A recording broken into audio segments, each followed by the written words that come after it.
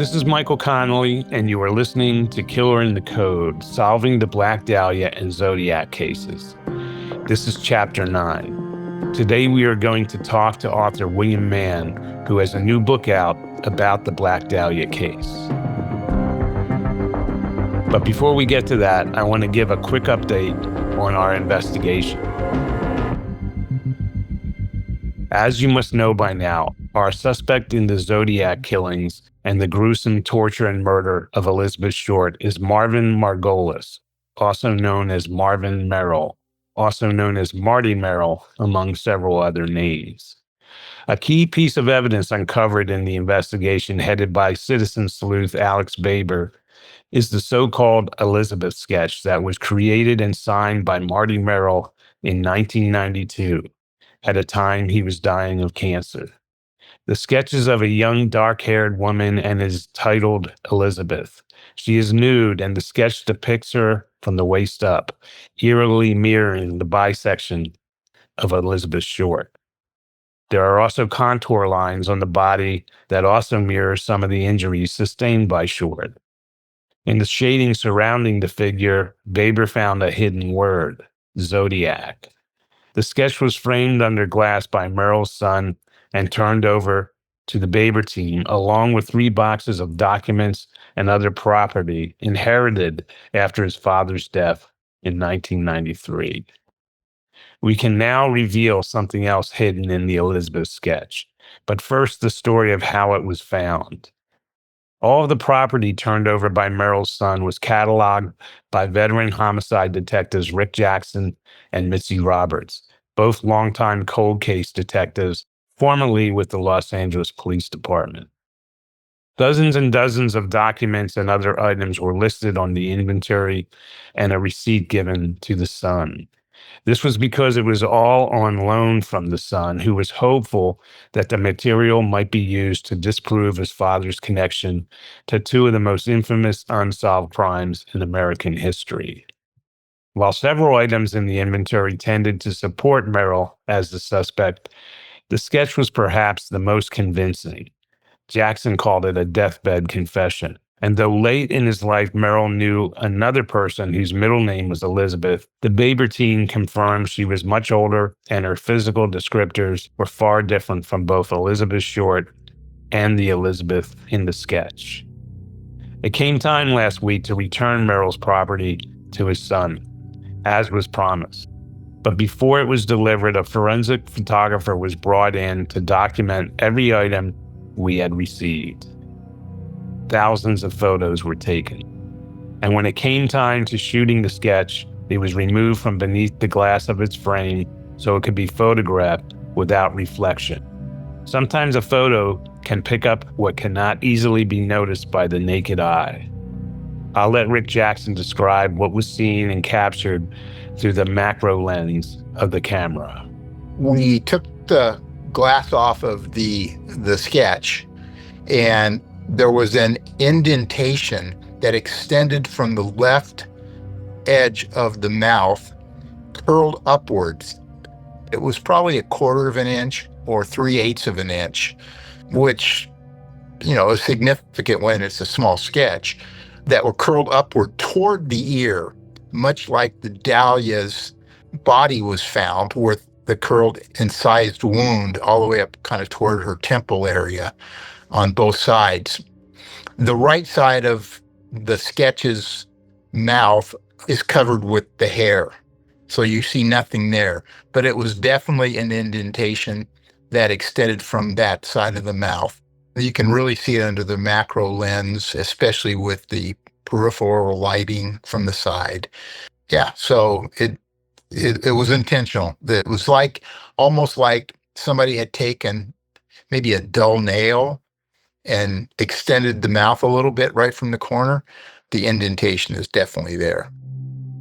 It looks like a shorter version of the incised wounds that went from both sides of Elizabeth Short's mouth by the killer. It was deliberately set right there. There's no doubt about it. It matches right in line with the curled smile. It's very, very clear.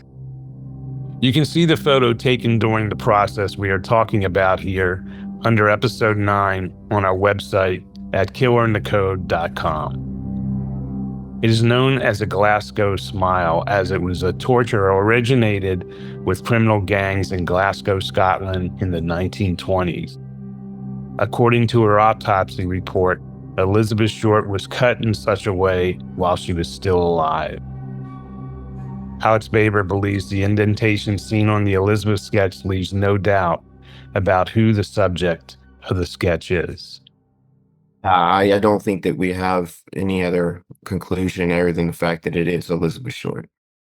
This means that the sketch is what we thought it was. It's a representation of Elizabeth Short's last moments. So I think at this point, nobody can challenge us on what the sketch represents. And now that the line of indentation on the sketch subject's mouth has been seen, we realize it was there and even noticeable all along. Back in December, we posted a photo of the sketch on the website along with other extras relating to episode 2. The photo was taken before the sketch was ever taken out of glass and examined, and yet there is the line of indentation stretching from the corner of the mouth. What wasn't noticed then is clearly seen now. The Glasgow smile. Okay, so let's move on. I am joined now by William J. Mann, who is on the road promoting his new book, Black Dahlia, Murder, Monsters, and Madness in Mid-Century Hollywood. I'm not a professional critic, but I am a reader and a professional writer, and my one-word take on William's book is riveting. Maybe it's because these days I'm steeped in everything and anything Black Dahlia, but I ended up losing a night's sleep on this book. I'm more of an audiobook guy because I can be writing when most people can be reading. So I started listening to this book a couple Fridays ago when I went to bed with the plan of listening to a few chapters and then turning it off, but I never turned it off. I just had to go through the night listening to it. I finished it the following Saturday afternoon. It's exhaustively researched, well written, and it's elevated. And by that, I mean, it takes this awful crime that we're going to talk about here and puts it in the context of that time in our history, a country emerging victoriously from a world war and a city on the cusp of tremendous expansion. And this is the lens through which William sees this young woman's life.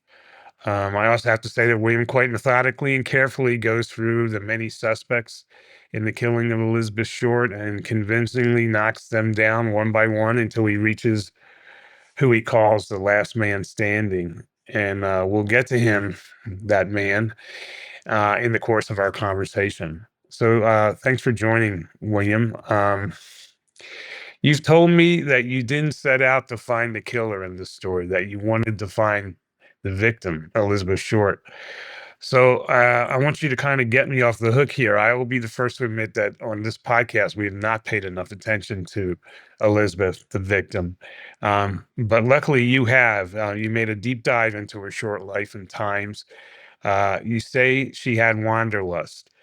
I would like to start with that. Tell us what Elizabeth's wanderlust, tell us about it and what she was looking for before she met her untimely and horrible end.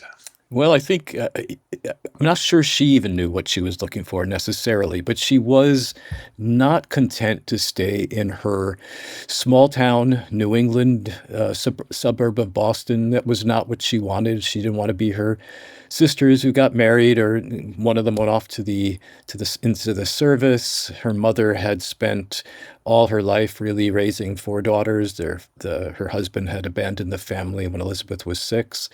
And Elizabeth was fired with some curiosity to see places beyond that small town. She was a sickly child for a while. She'd been suffering from pleurisy. She'd had an operation for that, and she had asthma that caused the cold weather to really affect her. So her mother had agreed to let her go for part of the winters down to Florida. So she got used to traveling and spending time on her own. And she liked that. She really felt that I can find the world, I can make my own decisions, and she wanted more of that. So in the summer of 1946, she gets an offer to meet a boyfriend. It wasn't serious, but she told her mother it was, and meet him in Long Beach. He was stationed there. He was in the army, and so she takes a bus ride across the country, stopping first in Indianapolis and then Chicago, because that wanderlust, she wants to see places, she wants to meet people, and then finally arrives in Long Beach. And I think what she was looking for was adventure, new ideas, new places, new people. Her father had left the family when she was so young that she had very little memory of him. But to her, he seemed like he was this adventurer there. He was out seeing the world, and she wanted to be like him. And she had gone to see him at one point at an earlier time. It went badly.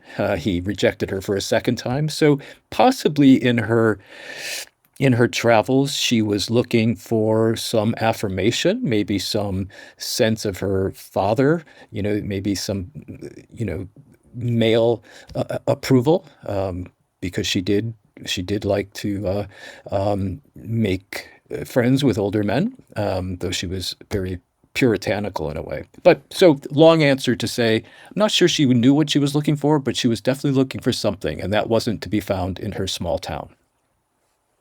In the context of that time, wasn't this a real transformative time in the country, especially for women? They had been called out of the homes to kind of keep the country running while most of the men were off at war. Right.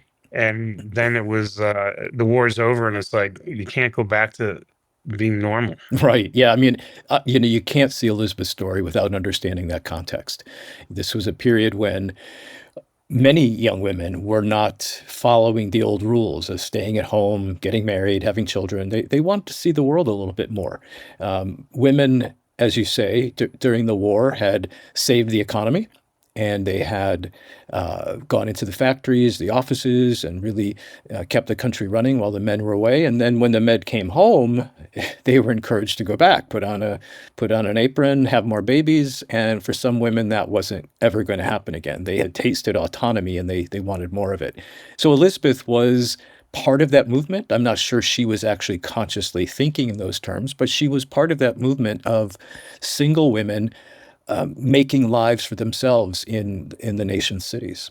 Yeah, we see that in her history. I think you said she did a lot of couch surfing, but she Hmm. also did that with other women that were also exercising their autonomy. Yes, absolutely. You've already talked about the impact that her father's abandonment had on her. She also did this thing that was a pretty common thing in during the wartime. That is a wartime romance Hmm. where she actually got engaged to a man that was in the military that she really didn't even know. And that also ended with a big impact. Can you talk about that a little bit? Yeah, sure. While she was in Florida, she met a one of the heroes of the Flying Tigers. It was a unit that was pretty independent, but it was President Roosevelt had sanctioned it to go after and protect mainland China. And so the Flying Tigers were a heroic group of people, and Matt Gordon was the maverick of them. He was Tom Cruise. I mean, he was the guy that flew the planes and was glamorous and handsome. And Elizabeth met him one night. They had a lovely evening, and then he was flying out the next day, and he asked her if she would wait for him, and she said yes. And later on, it would be seen as if this was this long time great romance. They met once, so that's important to point out that Matt's mother later revealed that. But that shouldn't necessarily diminish the relationship. They wrote to each other frequently, and Elizabeth's head was filled with all sorts of romantic notions, and he seems to have liked her very much too, from the letters to his mother. Unfortunately, Matt was killed in an accident. It wasn't in combat, but he was killed in an accident shortly before he was planning to come home and ask Elizabeth to marry him. He did have a ring for her. It was sent to her by one of his friends, and she was surely crushed. She was surely bereft by this, But part of me wonders, would she have really married him? I don't think she was at a point where she wanted to settle down quite yet, but who knows? Because she never had the chance to make that decision. Yeah, so she comes to LA, ends up becoming famous in death, for this horrible crime. I mean, so horrible, we're still talking about it. We're still writing about it 80 years later. Right. I guess I want to get into that fame that came and the moniker, the Black Dahlia. It really took her in a false direction, didn't it? Yeah, the Black Dahlia is so different, completely different from Elizabeth Short. As you know, the name came only after the death. It was given to her by the press, by the newspapers, and it was a name that became the calling card for the case, and it conjured up all sorts of ideas of the sinister woman who walked by night in black sheer clothing, and making connections with dangerous men, and all of this. It really layers itself right into film noir, which is a genre that was coming into existence just as Elizabeth was murdered. So, she becomes this huge, you know, um, meme in some ways, in noir fiction and noir films, and it had very little to do with Elizabeth Short. She was rather puritanical. She loved to flirt, but she rarely slept with a guy. She was very good at getting a man to buy her a hamburger while she's sitting at a lunch counter, because she'd bat her eyes and say, "Oh, I'm hungry." But she wasn't a sex worker, which is what the myth would later make her out to be: a sex worker, or a pornographic actress, or a bit part player who wants to be famous and all of that. She was none of those things. She was just a young woman who was 22 years old, let's remember, and just going from place to place, seeing what she could find. So the myth is largely built by the media, and I think there was 5 or 6 newspapers in Los Angeles at that time, a very heavily competitive market, and to me, it kind of feels like the media emerged as one of the villains in this story because of what they did to her. Yeah, I would agree that part of the blame for the original detectives not being able to zero in on a killer right away, I think was because of the distractions the media was constantly throwing at them. The two original detectives, Harry Hansen and Finus Brown, in my opinion, were good detectives. They were doing their job. They knew how to research these kinds of crimes, though this one was obviously beyond anything they had seen up until that point. But it was a way of uh, keeping the truth from coming out, because in some ways the media didn't want the truth. They didn't want the story to be over. It was selling a lot of newspapers for them. Jimmy Richardson of the Los Angeles Examiner said that the Dahlia case was selling more newspapers than Pearl Harbor.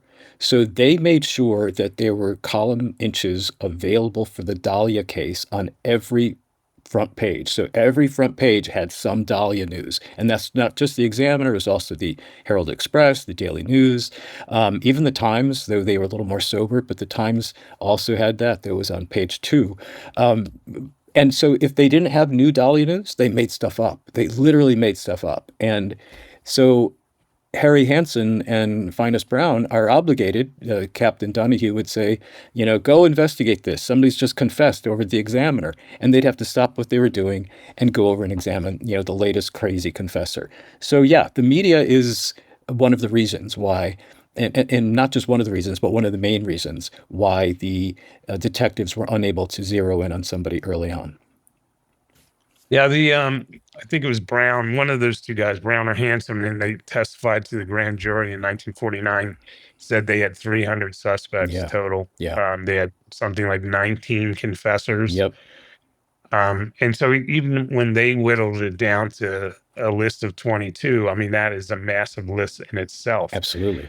Uh, it's no wonder things slip through. Right. When including the guy you call the last man Hmm. standing. Um, so Yeah, I guess you kind of already answered this, but I was going to say that it wasn't a state of the art investigation. It wasn't really even a textbook investigation. The department had budget issues. Sometimes these detectives didn't even have a car they could use. Right. Um, but let's talk about that guy, the last man Hmm. standing, Marvin Margolis. He's the same suspect that we've landed on Hmm. in this podcast. You quite methodically knocked down that list of 22 prime suspects until there was only Marvin Margolis left. Right. Why didn't you knock him off the list? Well, because Margolis is the only suspect who contains both qualities that the detectives speculated needed to be to determine who this killer is. So he had both the how and the why, which, if how plus why equals who is one FBI equation that's used.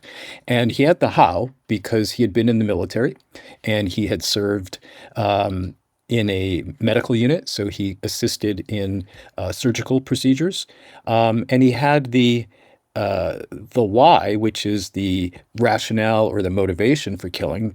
When he was discharged, he had terrible PTSD and was discharged with a 50% psychiatric disability. And the psychiatrist at the time said, he could be dangerous. He didn't use these phrases, but he was a loose cannon. And those two attributes do not turn up in any of the other suspects. He also has other circumstantial evidence that makes me say, of all of them, he's the only one I can't rule out. He's the only one who does not have something in his story that just disqualifies him. And for the earlier candidates, whether they be Mark Hansen or Carl Balsinger, they don't have the surgical ability. They could not have conducted that bisection. They did not have the ability to do that. Somebody like Balsinger too was a fraudulent guy. He was arrested several times. But at the same time, he didn't possess the rage of society that is needed. He got away with stuff. So he wasn't really raging against society. He got his way against society. The same is true with Glenn Wolfe, who was another suspect. They might have been sociopaths, but they weren't angry sociopaths. They knew how to get what they wanted from society without being frustrated. Marvin Margolis was constantly frustrated. He was never given the praise in when he was in the military. He wanted more experience in the operating room, was always denied that. He was put into the pharmacy instead of the surgery centers.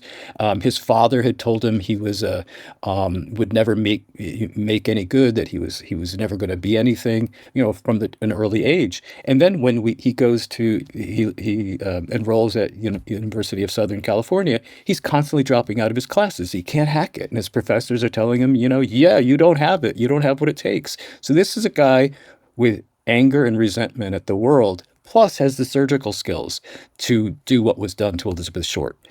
I can't 100% say he was the killer because we know there's records that haven't been released, but he's the only one that I can't rule out. And as you say, he is the last man standing. And I think he was the last man standing for the detectives at the time too.